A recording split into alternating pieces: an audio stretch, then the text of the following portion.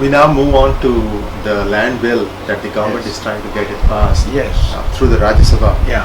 And there were some really good suggestions that came from across the aisle. I would like to quote one from Dr. Jaiprakash Narayan of Lok Sabha Party. He said, but he's not in parliament. He's not in parliament. I meant across the aisle, meaning like political spectrum. Okay. So what he suggested was, one change that could be proposed is, instead of having the consent of 70 to 80% of affected people, why not make it to 50% of owners? Because the affected becomes a gray area. A street seller could complain that his livelihood is being affected because the road is going to go through it. So what my question to you, Dr. Swami, is, how do you think these amendments could be piloted successfully through the Rajya Sabha so that the nation as a whole benefits? Well, first of all, let me make two preliminary comments.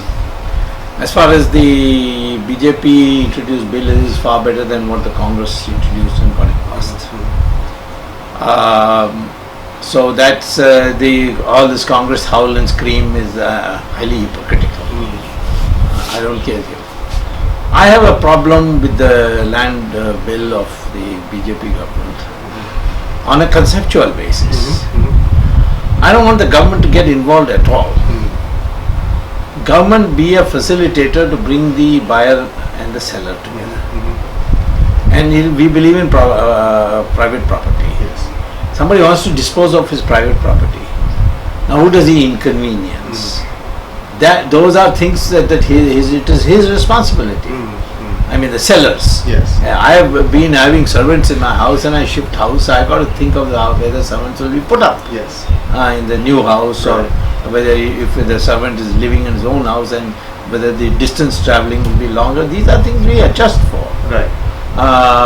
So what you say is this: anyone who wants to buy land, whether he's a foreigner, Indian, so on, we will tell them that you find the plot you like, and we speak to the owner.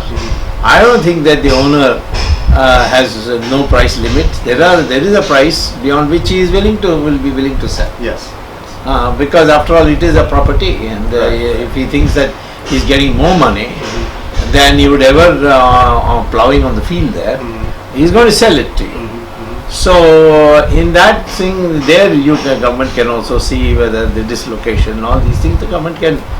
But to government to acquire it and give it, I'm against it conceptually. I guess it sort of smacks of a bit of socialism, because it doesn't need to get involved in it this. involves the government, corruption, government red tapeism, government sadism. There are a lot of civil servants who are sadistic people. They don't like anything going through smoothly.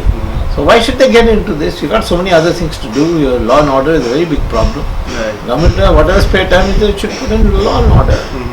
So that's the difference between me and the government as far as it's concerned. But the Congress and across the aisle and all, these are all people who were there when the Congress was passing it. I'll ask you a slightly related follow-up question.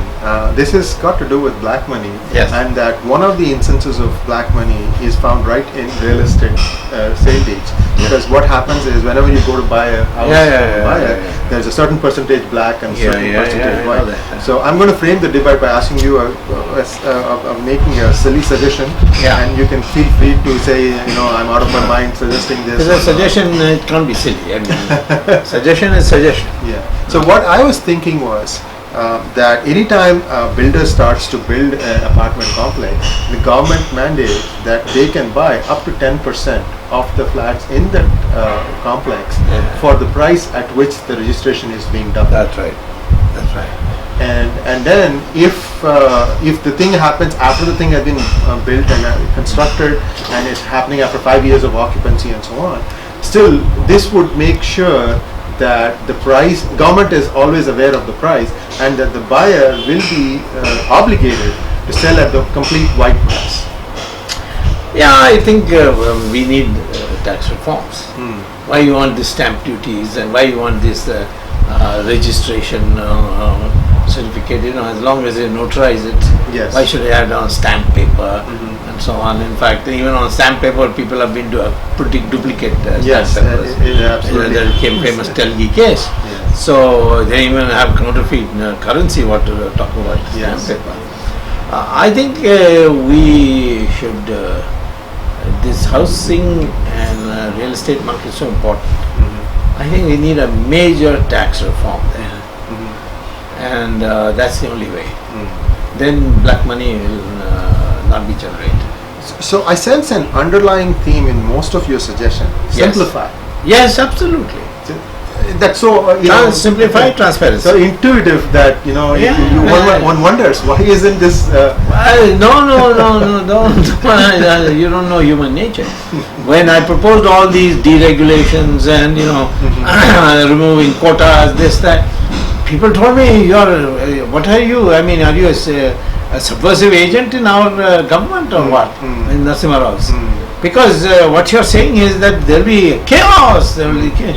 But there were also people, there were civil servants who used to tell me when I was Commerce Minister. So these industrialists will become very arrogant. They will not come and queue up as they are queuing up just now. So this control is a psychological problem of poor people, and or people who come in a poor country. So when he gets into a position of authority, he doesn't want to give it up. Yes. That's the problem, and I think yes, I do feel. Prime Minister says it, but he doesn't do it. For example, he said minimum government, Yes. maximum governance. Right. Well, I'd like to see it in action. Yes. Certainly, Mr. Arun Jaitley has not followed that in framing tax policies.